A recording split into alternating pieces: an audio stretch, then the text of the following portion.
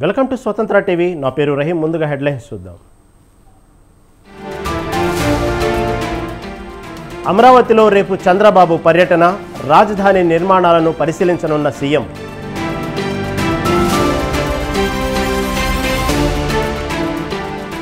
Judicial విచారణ జగదీష్ రెడ్డే కోరారు. కమిషన్కు ఎందుకు భయపడుతున్నారన్న భట్టి.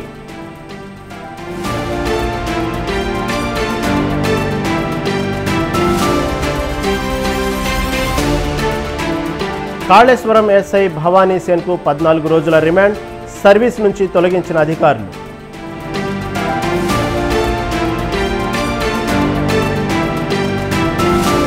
తెలుగు రాష్ట్రాల్లో పెరిగిన కూరగాయల ధరలు, కొండెక్కిన టమోటా రేట్లు.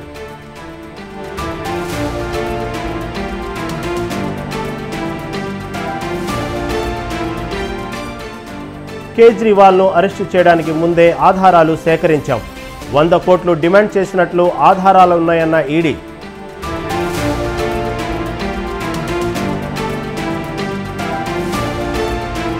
ఢిల్లీలో రికార్డు స్థాయిలో ఉష్ణోగ్రత 46 డిగ్రీలు దాటిన సెల్సియస్.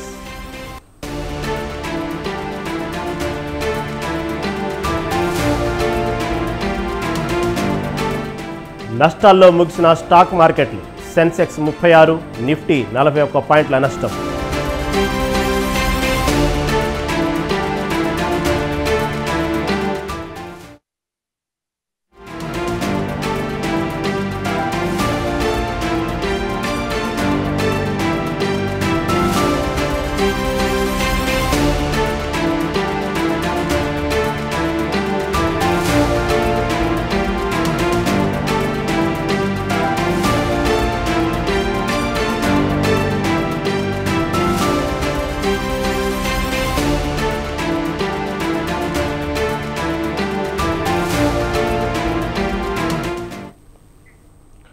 బ్రేకింగ్ న్యూస్ చూస్తున్నాం. వైసీపీ పాలకులతో అంటకాగిన దాదాపు 8 మంది అధికారులను తప్పించేందుకు సిద్ధమవుతుంది కొత్త ప్రభుత్వం.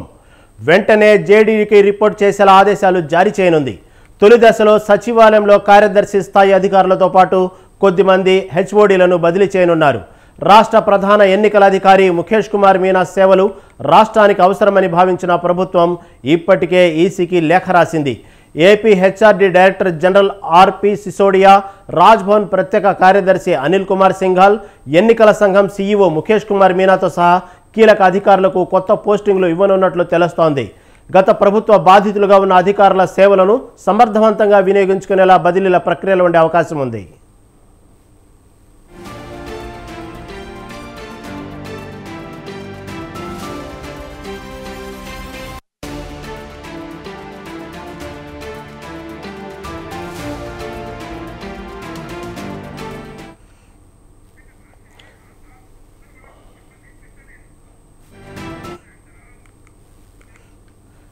వైసీపీ పాలకులతో అంటగాగిన దాదాపు 8 మంది అధికారులను తప్పించేందుకు సిద్ధమవుతుంది కొత్త ప్రభుత్వం.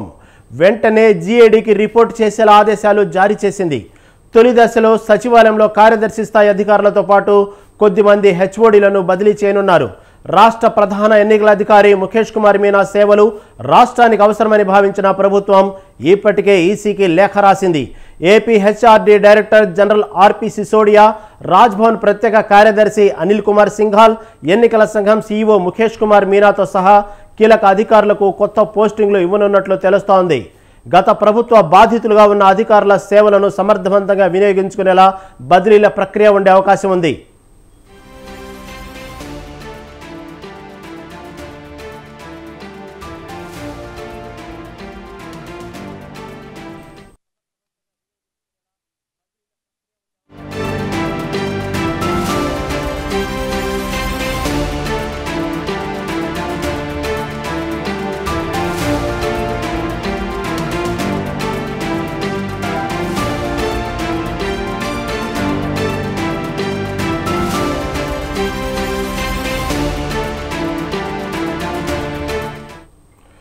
మరో బ్రేకింగ్ న్యూస్ చూస్తున్నాం. ఏపీ సీఎం చంద్రబాబు రేపు రాజధాని ప్రాంతంలో పర్యటించనున్నారు.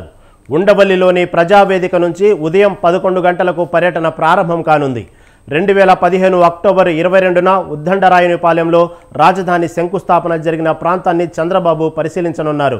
అనంతరం seed axis road, all India services అధికారులు, మంత్రులు, న్యాయమూర్తుల గృహ సముదాయాలు, ఐకానిక్ నిర్మాణాల కోసం పనులు మొదలుపెట్టిన సైట్లను పరిశీలిస్తారు.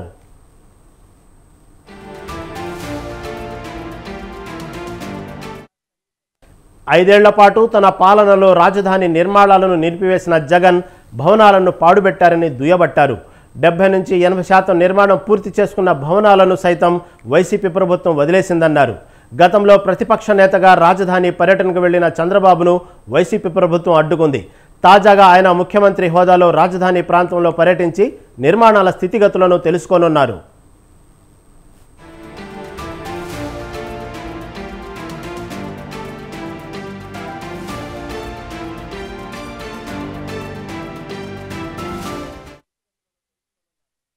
నారా చంద్రబాబు నాయుడు గారు అమరావతి క్యాపిటల్ సిటీని సందర్శిస్తున్నారు. మొదట ఏదైతే ప్రజావేదికని గత ప్రభుత్వం కూల్చేసిందో ఫస్ట్ అక్కడ స్టార్ట్ చేసి కట్టిన ప్రజావేదికని ఆ రోజు కూల్చివేయడం జరిగింది నిర్దాక్ష్యంగా. అది ప్రజల సొమ్ముతో కట్టింది, ప్రజలు వాళ్ళ సొమ్ముతో కట్టింది. అందువల్ల ఫస్ట్ దాన్ని విజిట్ చేసి అక్కడి నుంచి యాక్చువల్గా ఫౌండేషన్ స్టోన్ ఎక్కడైతే వేసామో ఆ రోజు ప్రైమ్ మినిస్టర్ గారు రావటం, మోడీ గారు వారి ద్వారా ఫౌండేషన్ స్టోన్ వేయించాము. ఫస్ట్ ఆ ప్రాంతాన్ని విజిట్ చేసి అక్కడి నుంచి ఎమ్మెల్యేలు, ఎంపీలు, ఎమ్మెల్సీలు, తర్వాత వచ్చి మినిస్టర్లు, తర్వాత వచ్చి జడ్జెస్ ఆ క్వార్టర్స్ విజిట్ చేయటం. అక్కడి నుంచి మళ్ళా అధికారుల కోసం నిర్మించిన ప్రిన్సిపల్ సెక్రటరీస్ కావచ్చు, డైరెక్టర్స్ కావచ్చు, కమిషనర్స్ కావచ్చు, అవన్నీ కూడా కంప్లీట్గా కవర్ చేసి తర్వాత ఏదైతే చివరిగా సిఆర్డీఏ ప్రాజెక్ట్ ఆఫీస్ని చివరిగా విజిట్ చేయడం జరుగుతుంది. ముఖ్యమంత్రి నారా చంద్రబాబు నాయుడు గారు వైసీపీ దీనిపై మరింత సమాచారం మా ప్రతినిధి వీరాస్వామి అందిస్తారు. ఆంధ్రప్రదేశ్ రాష్ట్ర రాజధాని అమరావతిలో రేపు ముఖ్యమంత్రి చంద్రబాబు నాయుడు రేపు ప్రాంతంలో పర్యటన చేయనున్నారు. దీనికి సంబంధించి కూడా ఇప్పటికే ఏర్పాట్లు చేస్తున్నారు అధికారులు. అదేవిధంగా చూస్తున్నట్టు మాత్రం గత ప్రభుత్వ హయాంలో ఏదైతే ఉందో కొన్ని సంబంధాలు కొన్ని అక్కడ ఉన్న స్థలాలకు పరిశీలన కూడా చేస్తారు. ఉద్దండరాయనపాలెంలో గతంలో అక్కడ శంకుస్థాపన చేశారు కాబట్టి ఆ శంకుస్థాపన ప్రాంతాన్ని కూడా పరిశీలిస్తారు. అక్కడ కూడా ఇప్పటికే పిచ్చి మొక్కలు మొలిచాయి కాబట్టి వాటన్నింటినీ కూడా బుల్డోజర్ తో పాటు దాంతో పాటు చూసుకున్నట్టయితే మాత్రం అక్కడ ఉన్న బొక్టైన్తో కూడా వాటన్నింటినీ కూడా సదును చేస్తున్న పరిస్థితి నెలకొంది. దీంతో పాటు కూడా సీడ్ యాక్సిస్ రోడ్డు, వాటితో పాటుగా చూసుకున్నట్టు మాత్రం అక్కడ ఉన్న బిల్డింగ్ల నిర్మాణంలో కూడా కొన్నింటిని నిలిపివేసిన పరిస్థితి నెలకొంది. వాటన్నింటినీ కూడా ఇప్పటికే అధికారులు అక్కడ వచ్చేందుకు మాత్రం అధికారులు ఏర్పాట్లు చేస్తున్న పరిస్థితి నెలకొంది. వీటితో పాటు చూసుకుంటే మాత్రం అమరావతి రైతులు కూడా రేపు ఘనస్వాగతం పలికేందుకు చంద్రబాబు నాయుడికి ఏర్పాట్లు చేస్తున్న పరిస్థితి నెలకొంది. వీటన్నింటినీ తాజా పరిస్థితులు చూసుకుంటే మాత్రం ఐఏఎస్, ఐపీఎస్ అధికారులకు సంబంధించి కూడా క్వార్టర్లు కూడా కొన్నింటినీ కూడా నిర్మాణ దశలో ఉన్నాయి. నిర్మాణంలో కూడా నిలిపేసిన పరిస్థితి నెలకొంది. 3 రాజధానుల పరిస్థితులు కూడా వైసీపీ పాలనలో కూడా చెప్పడం జరిగింది కాబట్టి వీటన్నింటినీ పక్కన పెట్టేసి అమరావతి రాజధాని కాదు అని చెప్పేసి కొన్ని వెల్లువెత్తున్న ఆరోపణలను వెల్లువెత్తున్న నేపథ్యంలో కూడా అమరావతి రాజధాని ఉంటుంది అని చెప్పేసి ఇప్పటికే 3 కూటమి నేతలు కూడా చెప్పిన పరిస్థితి నెలకొంది. దీనికి సంబంధించి కూడా ఏదైందో ప్రధాని మోడీ అక్కడ శంకుస్థాపన చేశారు కాబట్టి ఆ ప్రాంతాలను కూడా రేపు పర్యవేక్షణ చేసేసి వాటన్నింటినీ కూడా క్షుణ్ణంగా పరిశీలిస్తారని చెప్పి కొద్దిసేపటి క్రితమే మంత్రి నారాయణ చెప్పిన పరిస్థితి నెలకొంది. వీటన్నింటినీ చూసుకున్నట్టు మాత్రం ఉదయం 11 గంటల నుంచి చంద్రబాబు నాయుడు ప్రజావేదిక నుంచి కూడా ప్రారంభం అవుతారు. అదేవిధంగా చూసుకున్నట్టు మాత్రం వీటన్నిటి అధికారులతో కూడా ఇప్పటికే సమీక్ష సమావేశాలు కూడా నిర్వహిస్తారని చెప్పి తెలుస్తోంది. అదే సాయంత్రం పూట ఏదైతే ఉందో వాటన్నింటినీ చూసుకున్నట్టు మాత్రం అక్కడికి సంబంధిత పోలీస్ యంత్రాంగం కూడా ఇప్పటికి కూడా అప్రమత్తం అవుతుంది. వాటన్నింటికి కింది స్థాయి నేతలు కూడా అక్కడికి వెళ్లి చంద్రబాబు నాయుడిని కలిసేందుకు మాత్రం ఏర్పాటు చేస్తున్న పరిస్థితి నెలకొంది. Great, thank you Veeraswamy, thank you for updates.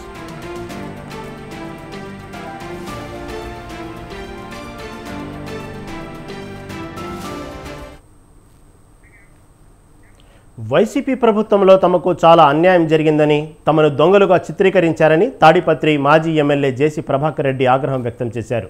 తనను తన కొడుకును జైలుకు పంపారన్నారు. సుప్రీంకోర్టు నిబంధనల మేరకే BS4 వాహనాలను కొనుగోలు చేశామని, BS4 వాహనాలను అమ్మిన వాళ్లదే తప్పు అని కోర్టు తీర్పు చెప్పిందన్నారు. పంజాబ్, తమిళనాడు, మధ్యప్రదేశ్ రాష్ట్రాలలో అమ్మిన వాహనాలను సరెండర్ చేశారని ప్రభాకర్ రెడ్డి పేర్కొన్నారు. రిజిస్ట్రేషన్ చేసిన అధికారుల ఉద్యోగాలు పోయాయన్నారు. ఏపీలో మాత్రం వాహనాలు కొన్న తమపై కేసులు పెట్టి జైలుకు పంపారని వాపోయారు. ఏ తప్పు చేయకపోయినా అర్ధరాత్రి తమను అరెస్టు చేశారని జేసీ ప్రభాకర్ రెడ్డి తెలిపారు. పోయిన గవర్నమెంట్లో అన్ని దానికన్నా బాధాకరం ఏమంటే మమ్మల్ని దొంగోలు చేసినారు. దొంగోలు చేసి నన్ను, నా భార్యను, నా కొడుకుని, నా కోడళ్ళని బుక్ చేసి జైలుకు పంపించినారు. ఏమని? మేము బస్సులు దొంగవి తెచ్చినామని.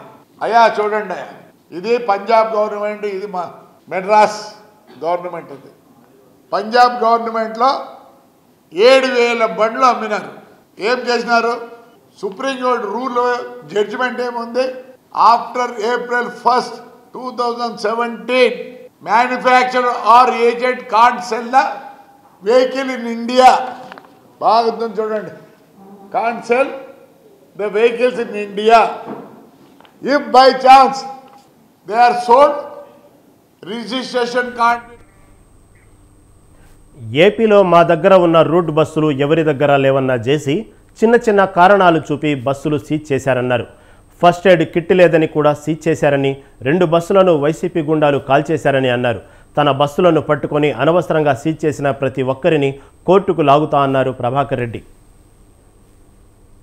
దీంట్లో సీతారామాంజనులు మెయిన్.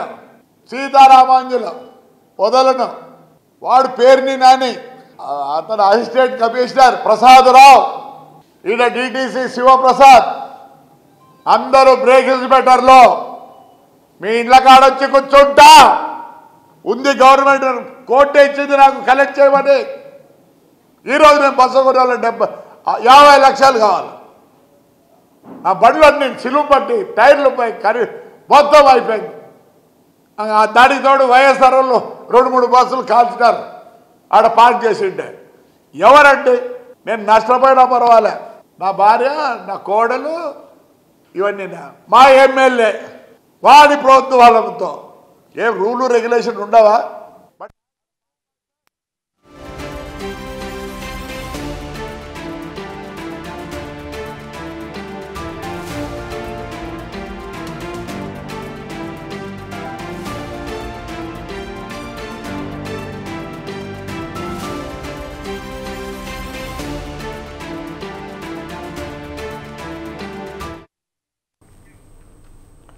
బ్రేకింగ్ న్యూస్ చూస్తున్నాం. పెరుగుతున్న ట్రాఫిక్ సమస్యలను అధిగమించేందుకు రోడ్ల నిర్మాణం తప్పనిసరి అన్నారు మంత్రి కోమటిరెడ్డి వెంకటరెడ్డి. సెక్రటేరియట్లో R&Bపై సమీక్ష నిర్వహించారు. ప్రపంచంలో అత్యధిక ప్రమాదాలు జరుగుతున్న దేశాల్లో మన దేశం ఒకటన్నారు. అత్యంత ప్రమాదాలు జరుగుతున్న రాష్ట్రాల్లో తెలుగు రాష్ట్రాలు కూడా ఉన్నాయన్నారు. గత ప్రభుత్వం RRR యుటిలిటీ ఛార్జీలు చెల్లించకపోవడంతో ఆగిపోయిన పనులను మళ్లీ పునరుద్ధరిస్తామన్నారు. హైదరాబాద్ ORR వల్ల ఎన్ని పెట్టుబడులు వచ్చాయో అలాగే ట్రిపురాల్ ద్వారా అంతకు మించిన అభివృద్ధి జరుగుతుందన్నారు.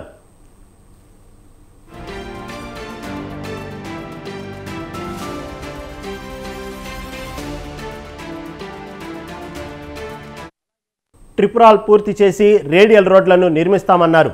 ప్రజలకు 24 గంటలు అందుబాటులో ఉంటానన్న మంత్రి రోడ్లు బాగాలేక ఎక్కడ ప్రజలు ఇబ్బందులు పడొద్దన్నారు. NH65ని గ్రీన్ ఫీల్డ్ హైవేగా నిర్మాణం కోసం ముందుకు పోతున్నామన్నారు.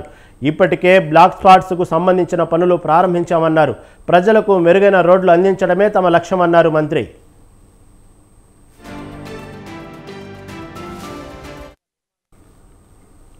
అంబర్పేట ఫ్లైఓవర్ పనులు పూర్తవుతున్నాయన్నారు మంత్రి కోమటిరెడ్డి వెంకటరెడ్డి. మరో నెల రోజుల్లో ట్రాఫిక్ను అనుమతిస్తామన్నారు. ఉప్పల్ ఎలివేటెడ్ తర్వాత 4.4 కిలోమీటర్ల 6 లైన్ల విస్తరణ చేపడతామన్నారు.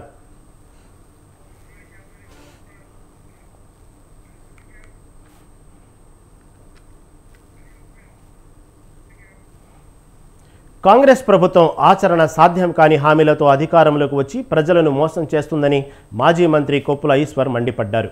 గురుకులాలపై రేవంత్ వ్యాఖ్యలు దురదృష్టకరమని, గురుకులాల వల్ల మానవ సంబంధాలు దెబ్బతింటాయనడం బాధాకరమని తెలిపారు. గురుకులాలతో పేద పిల్లలకు మంచి విద్య అందుతోందని చెప్పారు. అలాగే తెలంగాణ వచ్చాక కేసీఆర్ గురుకులాల సంఖ్యను కూడా పెంచారని వివరించారు. ముఖ్యమంత్రి గారు మాట్లాడినటువంటి మాటకు అర్థం పర్థం లేదని కూడా నేను చెప్తా ఉన్నా. ఎందుకంటే మానవ సంబంధాలు ఏవో దెబ్బతింటున్నాయని ఒక అధ్యయనంలో తెలిసిందని చెప్పినటువంటి ముఖ్యమంత్రి గారు ప్రజలు దీనిపైన ఏ విధంగా స్పందిస్తుందో కూడా ఒకసారి ఆలోచన చేయండి. ఈరోజు గురుకుల పాఠశాలలో చదువుకోవడం కోసం సీట్ల కోసం అప్లై చేసేటువంటి విద్యార్థుల సంఖ్య చూసినట్టయితే ఒక్క సీటుకు 10 అప్లికేషన్లు, అంటే దాదాపుగా 40 లక్షల నుండి 50 లక్షల మంది అప్లికేషన్ చేసుకుంటా ఉన్నారు. అంటే దీనికి ఎంత మరి ప్రాధాన్యత ఉన్నది, ఎంత కాంపిటీషన్ ఉన్నది, దీన్ని పెంచాల్సినటువంటి ఆలోచన చేయాల్సినటువంటి ప్రభుత్వం, ముఖ్యమంత్రి దీన్ని ఈ నివేదిక పేరిట, ఈ అధ్యయనం పేరిట మరి పేద ప్రజలకు అందేటువంటి గొప్ప ఈ గురుకుల విద్యను నాశనం చేసేటువంటి ఒక ప్రయత్నం, కుట్ర జరుగుతుంది. దీన్ని ప్రజలు ఖచ్చితంగా గమనించాలి. కాంగ్రెస్ ప్రభుత్వంపై ఎమ్మెల్యే పాడి కౌశిక్ రెడ్డి ఘాటు విమర్శలు చేశారు. కాంగ్రెస్ నేతలు ఎవరికి భయపడారని అన్నారు. కాంగ్రెస్ పార్టీ హామీలు నెరవేర్చేదాకా ప్రశ్నిస్తూనే ఉంటామన్నారు. 6 నెలల్లో 6 గ్యారెంటీలు అమలు చేయకుండా 6 స్కాములు చేశారని ఆరోపించారు. పింఛన్ ఇవ్వమని హరీష్ రావు అడిగితే తప్ప అని ప్రశ్నించారు. హరీష్ రావు గారు అడిగింది ఏంది? నిరుద్యోగాల పక్షాన మీరు అది 1:100గా మార్చండి, లేకుంటే గ్రూప్ 1 ఎగ్జామ్ రాస్తున్న విద్యార్థులందరూ కూడా ఇబ్బంది పడతారు, 1:100 మార్చండి అని వాళ్ళ పక్షాన ఇవాళ హరీష్ రావు గారు డిమాండ్ చేసిండ్రు. హరీష్ రావు గారు డిమాండ్ చేసినప్పుడు మీరు దాని మీద సమాధానం చెప్పాలి తప్పితే 1:100 చేయలేము, దాన్ని చేస్తే కోర్టుకు పోయి స్టే తెస్తారు అని మీరు మాట్లాడడము, ఇది నిజంగా మీకు ఎంత నాలెడ్జ్ లేదు అనేది ఇలా మొత్తము తెలంగాణ ప్రజల సాక్షిగా ఇలా మీరే బయట పెట్టుకున్నారు. ఎందుకంటే ఇగోండి, ఇది బైలాస్లో మీరు చూడొచ్చు, కమిషన్ ఈజ్ ఫైనల్, వాళ్ళు ఎప్పుడు అంటే అప్పుడు చేంజ్ చేసుకోవచ్చు, దాంట్లో బైలాస్లోనే ఉన్నదని కూడా ఈ సందర్భంగా తెలియజేస్తా ఉన్నాను. హరీష్ రావు తెలుగు రాష్ట్రాల్లో కూరగాయల ధరలు కొండెక్కాయి. కూరగాయలు కొనాలంటేనే భయం వేస్తున్న పరిస్థితి కనిపిస్తుంది. ముఖ్యంగా టమాటా ధరలు ఆకాశాన్ని అంటుతున్నాయి. ఎన్నడూ లేని విధంగా టమాటా ధర గరిష్ట స్థాయికి చేరుకుంది. సాధారణంగా ఈ సీజన్లో టమాటా ధర చాలా తక్కువగా ఉంటుంది. కానీ ఈ ఏడాది ఎన్నడూ లేని విధంగా రికార్డు స్థాయిలో ధరలు పలుకుతున్నాయి. దేశవ్యాప్తంగా పెరిగిన వేడి ధరలకు కారణమని చెబుతున్నారు. అధిక వేడితో టమాటా దిగుబడులు తగ్గాయి. దీంతో గడిచిన 20 రోజుల్లో మహారాష్ట్ర, కర్ణాటక, ఏపీ, తమిళనాడు, కేరళలో టమాటా ధరలు పెరిగి కిలోకు 50 రూపాయల వద్ద స్థిరపడ్డాయి. తెలంగాణలో కిలో టమాటా ధర 80కి పైగా పలుకుతోంది.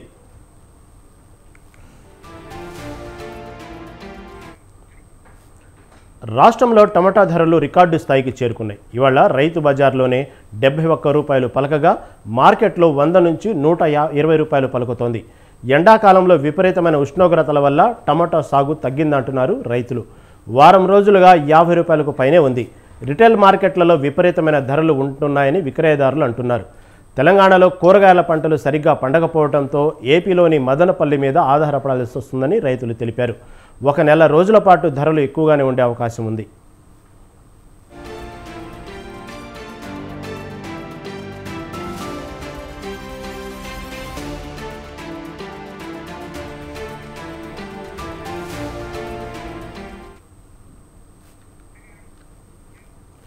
దేశంలో ప్రజా రవాణాలో కీలకంగా చెప్పుకునే భారతీయ రైల్వే ప్రయాణాలు ఇప్పుడు ప్రజలను ఆందోళనలు పడేస్తున్నాయి. అకస్మాత్తుగా జరుగుతున్న ఘోర రైలు ప్రమాదాలు అత్యంత హృదయ విషాదాన్ని నింపుతున్నాయి. ఘోర రైలు ప్రమాదాల్లో ఒడిశా ట్రైన్ యాక్సిడెంట్ ఒకటి. అది జరిగి ఏడాది అవుతున్నా ఇటీవల తరచూ జరుగుతున్న రైలు ప్రమాదాలు అందరినీ కలవరపెడుతున్నాయి. తాజాగా పశ్చిమ బెంగాల్లో జరిగిన రైలు ప్రమాదంలో 9 మంది చనిపోగా 50 మంది వరకు గాయపడినట్లు రైల్వే అధికారులు తెలిపారు.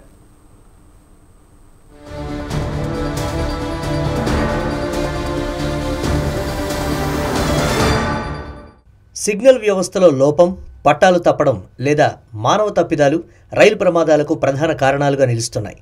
త్రిపుర టు పశ్చిమ బెంగాల్ మధ్య నడిచే కంచన్జంగా ఎక్స్ప్రెస్ రైలును గూడ్స్ ట్రైన్ ఢీకొనడంతో పెద్ద ప్రమాదం సంభవించింది. సాధారణంగా ప్రతిరోజు తిరిగే రైళ్లు ఆటోమేటిక్ సిగ్నల్ సిస్టమ్ ద్వారా నడుస్తూ ఉంటాయి. కానీ సిగ్నల్ వ్యవస్థలో లోపం వల్ల సోమవారం ఉదయం వెస్ట్ బెంగాల్లోని Ranipatri station Chattarhat junction automatic signal cut అయిపోయింది. ఇలా సిగ్నల్ సమస్య వచ్చినప్పుడు స్టేషన్ మాస్టర్ మాన్యువల్గా రైళ్లకు సిగ్నల్ ఇస్తారు. ఇలాంటి సిగ్నల్ సమస్యలున్న రూట్లో లోకో పైలట్లు గంటకు 10 కిలోమీటర్ల స్పీడ్తోనే వెళ్ళాలి. అలాగే ప్రతి సిగ్నల్ దగ్గర 1 నిమిషం ట్రైన్ను ఆపాల్సి ఉంటుంది. సరిగ్గా 15 నిమిషాల తేడాతో మొదటగా ప్యాసింజర్, తర్వాత గూడ్స్ ట్రైన్ వెళ్లేందుకు స్టేషన్ మాస్టర్ అనుమతినిచ్చాడు. కానీ సిగ్నల్ సమస్య ఉన్న రూట్లో వెళ్లాల్సిన దానికంటే గూడ్స్ ట్రైన్ ఎక్కువ స్పీడ్గా వెళ్లడం, సిగ్నల్ ఓవర్ క్రాస్ చేయడంతో ప్రమాదం జరిగిందని ప్రాథమిక విచారణలో తేలింది.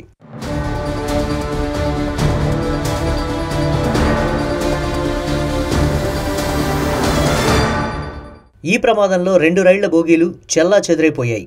Goods train loco pilot, passenger train గార్డుతో పాటు అసిస్టెంట్ లోకో పైలట్ కూడా చనిపోయారు. కాంచన్జంగా వెనుక భాగంలో 2 పార్సిల్ కోచ్లు ఉండడంతో ప్రాణ నష్టం తప్పిందని రైల్వే అధికారులు తెలిపారు. కేంద్రంలో ఉన్న బీజేపీపై ప్రతిపక్ష పార్టీలు తమదైన శైలిలో విమర్శలు గుప్పిస్తున్నారు. అందమైన రైళ్లను తీసుకురావడం మీద ఉన్న శ్రద్ధ ప్రయాణికుల భద్రత మీద లేదని మండిపడుతున్నారు. ప్రయాణికులతో పాటు రైల్వే స్టాఫ్, ఆఫీసర్ల ప్రాణాలను బీజేపీ ప్రభుత్వం ప్రమాదంలో పడేస్తోందని సీఎం మమతా బెనర్జీ ఆరోపించారు. Rail have become totally parentless. Only you can see railway at the time of inauguration. So many talking points and so many beautification of words, and just like it's a fashion, but they don't take care about the passenger amenity. I'm sorry, I worked as a railway worker, so I know the things. Even they are not taking care for the railway officials, railway engineers, railway technical staff, safety security officials, and the workers also. They are also in problem. Their old pension is been withdrawn. Whatever I have seen through the newspaper. But totally, I am totally with the railway employees and railway officials. They are trying their best, but this government, I think they should give more time for the governance. ప్రపంచంలోనే 4వ అతిపెద్ద railway నెట్వర్క్గా భారతీయ railway గుర్తింపు తెచ్చుకుంది. మరోవైపు railway భద్రత మీద జోన్ల వారీగా ఎప్పటికప్పుడు అధికారులు సమీక్షలు చేస్తూనే ఉంటారు. ఇక గడిచిన 10 ఏళ్లలో ఎప్పుడూ లేనంత రైల్వే ట్రాక్ల అభివృద్ధి, విద్యుదీకరణ, స్టేషన్ల ఆధునీకరణ చేస్తున్నామని ప్రధానమంత్రి నరేంద్ర మోదీ చెప్తూ వచ్చారు. కానీ రైల్వే భద్రతకు సంబంధించిన కవచ్ టెక్నాలజీని ఏర్పరచడంలో కేంద్రం అలసత్వం వహిస్తోంది. ఒడిశా బాలాసోర్ ట్రైన్ యాక్సిడెంట్లో 292 మంది చనిపోయారు. కవచ్ టెక్నాలజీ ఉంటే ప్రమాదం నుంచి బయటపడేవాళ్లని రైల్వే రంగ నిపుణులు తెలిపారు. దేశవ్యాప్తంగా 1,20,366 కిలోమీటర్ల మేర ట్రాకులు విస్తరించి ఉండగా 7,000కు పైగా రైల్వే స్టేషన్లు ఉన్నాయి. కానీ ఇప్పటి వరకు 1,500 కిలోమీటర్ల ట్రాక్కు మాత్రమే కవచ్ టెక్నాలజీ ఏర్పాటైందని తెలిసింది. ఇంకా ప్రధాన రూట్లు అనుకున్న 1,000 కిలోమీటర్లలో కవచ్ టెక్నాలజీ ఏర్పాటు చేయాల్సి ఉంది.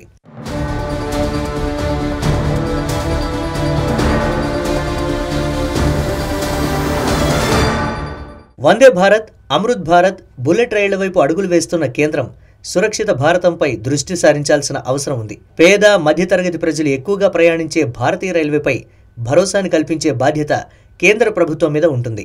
ఇక నుంచైనా రైల్వే అధికారులు, నేతలు ప్రమాదాలపై దృష్టి సారించి వాటి నివారణకు చర్యలు తీసుకోవాలని ప్రజలు కోరుతున్నారు.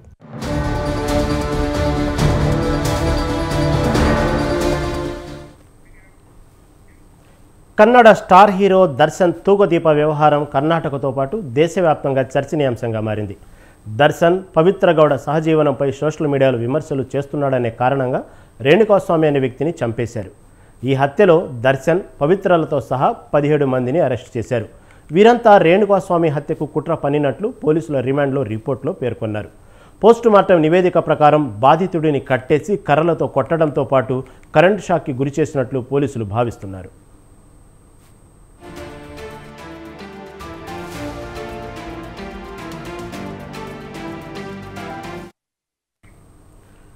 దర్శన్ సన్నిహితులు చిత్రదుర్గకు చెందిన రేణుకాస్వామిని బెంగళూరుకి పథకం ప్రకారం తీసుకొచ్చి చిత్రహింసలకు చేసిన హతమార్చారు.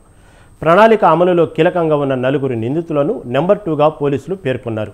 దర్శన్ వీరికి 50 లక్షలు చెల్లించి ఉన్నట్లుగా పోలీసులు భావిస్తున్నారు. అపహరణ, హత్య, మృతదేహాన్ని పారవేయడం కోసం ప్రదోష్ అనే వ్యక్తిని చెల్లించిన 30 లక్షల ఆదాయాన్ని పోలీసులు భావిస్తున్నారు. నిఖిల్, కేశవమూర్తి మృతదేహాన్ని పారేయడంలో కీలకంగా వ్యవహరించడంతో వీరికి ఒక్కొక్కరికి 5 లక్షలు ఇచ్చినట్లు తెలుస్తోంది.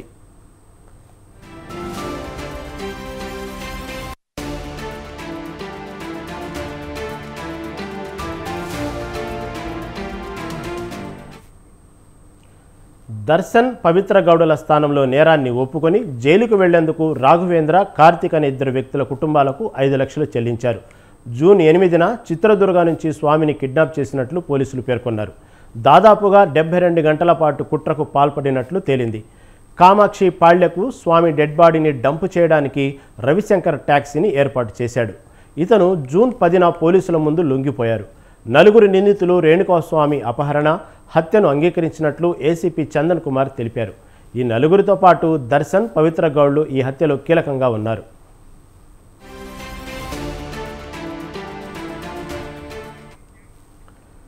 తల, పొత్తి కడుపులో గాయాలు, అంతర్గత రక్తస్రావం కారణంగా స్వామి మరణించినట్లు పోస్టుమార్టం నివేదిక పేర్కొంది. ఈ కేసులో స్వామిని చిత్రహింసలు పెట్టిన షెడ్లో రక్తపు మరకలు, క్యాబ్లోని అతని జుట్టు, ఇతర శరీర ద్రవాలను ఫోరెన్సిక్స్ సేకరించారు. షెడ్ చుట్టుపక్కల సెక్యూరిటీ కెమెరా ఫుటేజీ, సీసీ కెమెరాల్లో దర్శన్కి సంబంధించిన కార్లు రికార్డయ్యాయి. స్వామిని బెంగళూరు తీసుకొచ్చిన కారును చిత్రదుర్గ జిల్లాలోని అయనహొళ్ళిలో స్వాధీనం చేసుకున్నారు.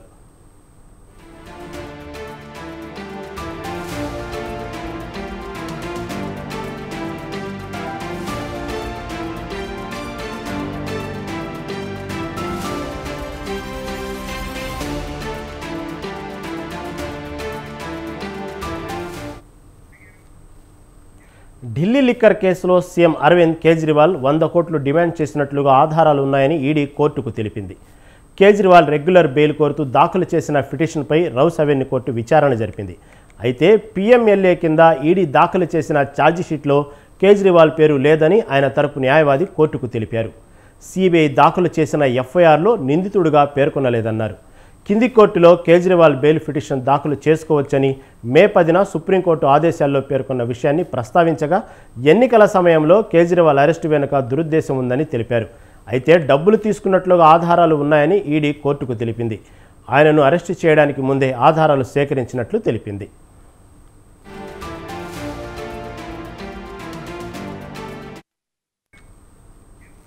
బీహార్లోని రాజ్గిర్లో చారిత్రక నలంద విశ్వవిద్యాలయం నూతన క్యాంపస్ను ప్రధాని నరేంద్ర మోదీ ప్రారంభించారు. విదేశాంగ మంత్రి ఎస్ జైశంకర్, బీహార్ గవర్నర్ రాజేంద్ర విశ్వనాథ్ అర్లేకర్, ముఖ్యమంత్రి నితీష్ కుమార్, నలంద యూనివర్సిటీ ఛాన్సలర్ అరవింద్ పనగారియా ప్రారంభోత్సవ కార్యక్రమానికి హాజరయ్యారు. Australia, Bangladesh, Bhutan, Brunei, Darussalam, Cambodia, China, Indonesia, Laos, Mauritius, Myanmar, New Zealand, Portugal, Singapore, దక్షిణ కొరియా, శ్రీలంక మరియు వియత్నాం సహా మొత్తం 17 దేశాల నుండి విదేశీ రాయబారులు కూడా ప్రారంభోత్సవంలో పాల్గొన్నారు. ప్రపంచంలోనే ప్రముఖ విద్యా కేంద్రం నలంద అన్నారు ప్రధాని మోదీ. నలంద విశ్వవిద్యాలయం భారతీయ ఆత్మ లాంటిదన్నారు.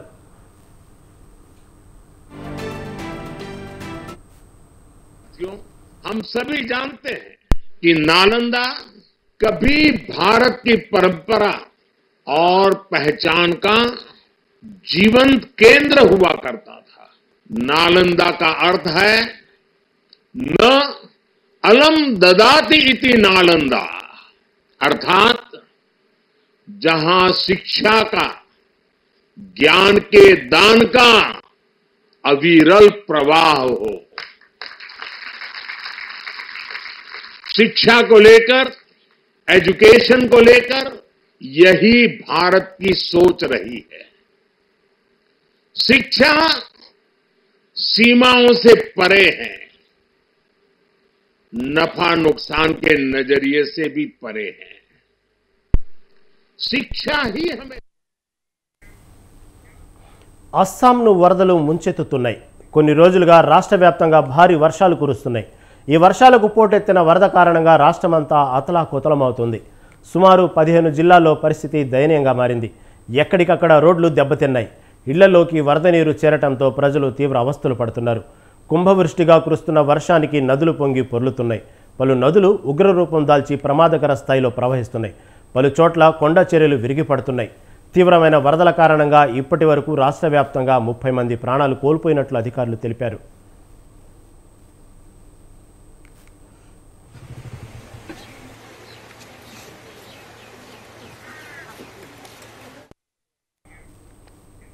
ప్రపంచ కుబేరుల జాబితాలో టెస్లా సీఈఓ ఎలాన్ మస్క్ మళ్లీ తొలి స్థానానికి చేరుకున్నారు. బ్లూంబర్గ్ బిలియనియర్ ఇండెక్స్ తాజా నివేదిక ప్రకారం $208 బిలియన్ నికర విలువతో బెజోస్ను వెనక్కు నెట్టి మొదటి స్థానాన్ని చేరుకున్నారు.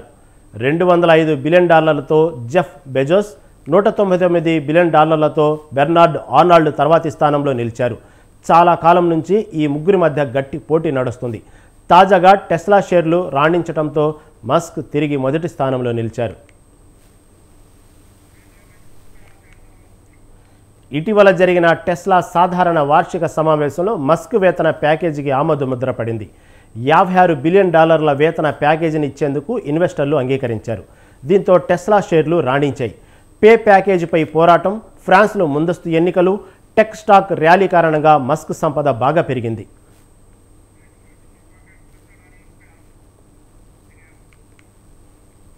దేశీయ స్టాక్ మార్కెట్లు తీవ్ర ఒడిదుడుకులు ఎదుర్కొన్నాయి. అంతర్జాతీయ మార్కెట్ల సానుకూల సంకేతాలతో ఈ ఉదయం ఉత్సాహంగా ప్రారంభమైన సూచీలు ఆద్యాంతం అదే జోరును కొనసాగించలేకపోయాయి. కొత్త గరిష్టాల వద్ద మదపర్ల లాభాల స్వీకరణకు మొగ్గు చూపడంతో మార్కెట్లు ఒత్తిడికి గురయ్యాయి. దీంతో ఆరంభ లాభాలు ఆవిరయ్యాయి. ట్రేడింగ్ను సూచీలు మిశ్రమంగా ముగించాయి. సెన్సెక్స్ 36 పాయింట్లు లాభపడగా నిఫ్టీ 41 పాయింట్లు నష్టపోయింది.